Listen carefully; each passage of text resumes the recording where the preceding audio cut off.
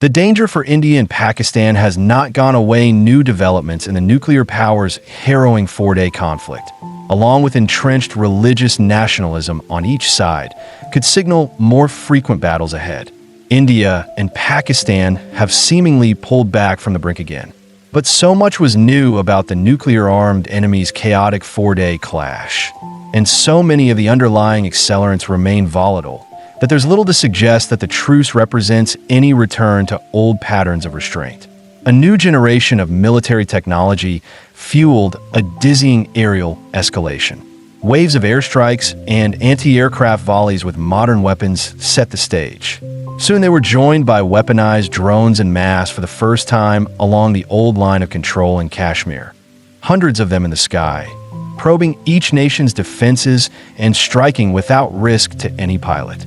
Then the missiles and drones were streaking past the border areas and deep into India's and Pakistan's territories, directly hitting air and defense bases, prompting dire threats and the highest level of military alert. Only then did international diplomacy, a crucial factor in past pullbacks between India and Pakistan, seem to engage in earnest at what felt like the last minute before catastrophe. In a new global chapter defined by perilous conflicts, distracted leaders, and a retreating sense of international responsibility to keep peace, the safety net had never seemed thinner. Going back historically, many of the India-Pakistan conflicts have been stopped because of external intervention, said Srinath Raghavan, a military historian and strategic analyst. Mr. Raghavan observed that neither country has a significant military-industrial base, and the need to rely on weapon sales from abroad means outside pressure can have an effect. But the positions of both sides appeared more extreme this time, and India in particular seemed to want to see if it could achieve an outcome different than in previous conflicts. I think there is a stronger sort of determination, it seems, on the part of the Indian government to sort of make sure that the Pakistanis do not feel that they can just get away or get even, he said, which definitely is part of the escalatory thing. Both sides seem to feel that they cannot let this end with the other side feeling that they have somehow got the upper hand. The political realities in India and Pakistan, each gripped by an entrenched religious nationalism, remain unchanged after the fighting. And that creates perhaps the most powerful push toward the kind of confrontation that could get out of hand again.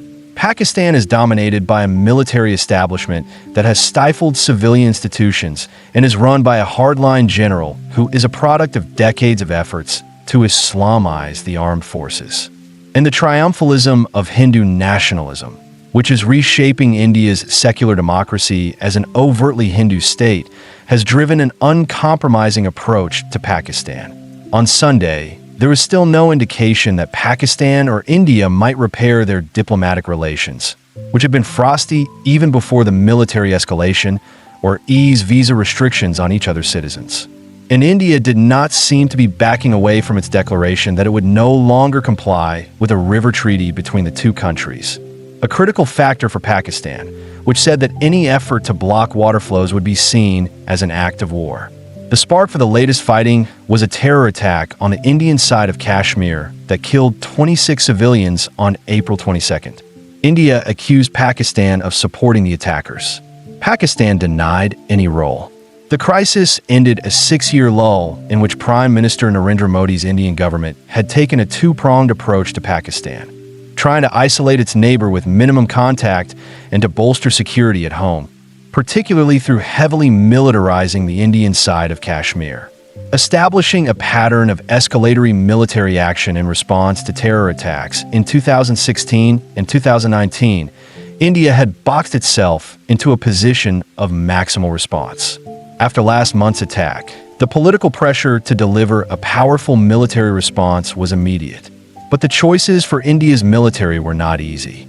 It publicly fumbled the last direct clash with Pakistan in 2019 when a transport helicopter went down and when Pakistani forces shot down a Soviet-era Indian fighter plane and captured its pilot. Mr. Modi's effort to modernize his military since then, pouring in billions of dollars, was hampered by supply constraints caused by Russia's war in Ukraine. India was also stressed by a 4-year skirmish on its Himalayan border with China, where tens of thousands of troops remained on war footing until a few months ago. When it came time to use force against Pakistan this past week, India wanted to put that lost prestige and those past difficulties behind it. It also sought to show a new, more muscular approach on the world stage, able to wield not just its rising economic and diplomatic power, but military might as well.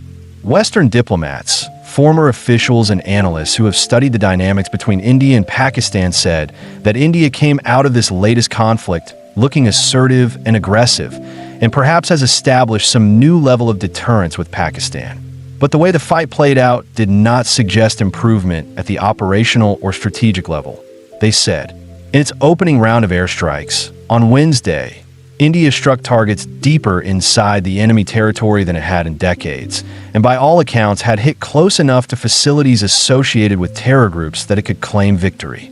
Each day that followed was filled with language from both India and Pakistan, suggesting that they had achieved what they wanted and were ready for restraint. But each night was filled with violence and escalation. More traditional artillery volleys across the border kept intensifying, bringing the heaviest loss of life. And the drone and airstrikes grew increasingly bold, until some of each country's most sensitive military and strategic sites were being targeted. What finally seemed to trigger the intense diplomatic pressure from the United States, with clear help on the ground from the Saudis and other Gulf states, was not just that the targets were getting closer to sensitive sites, but also just what the next step in a rapid escalation ladder for two alarmed nuclear powers could mean. Shortly before a ceasefire was announced late on Saturday, Indian officials were already signaling that any new terror attack against India's interests would be met with similar levels of force. We have left India's future history to ask what politico-strategic advantages, if any, were gained, said General Ved Prakash Malik, a former chief of the Indian Army.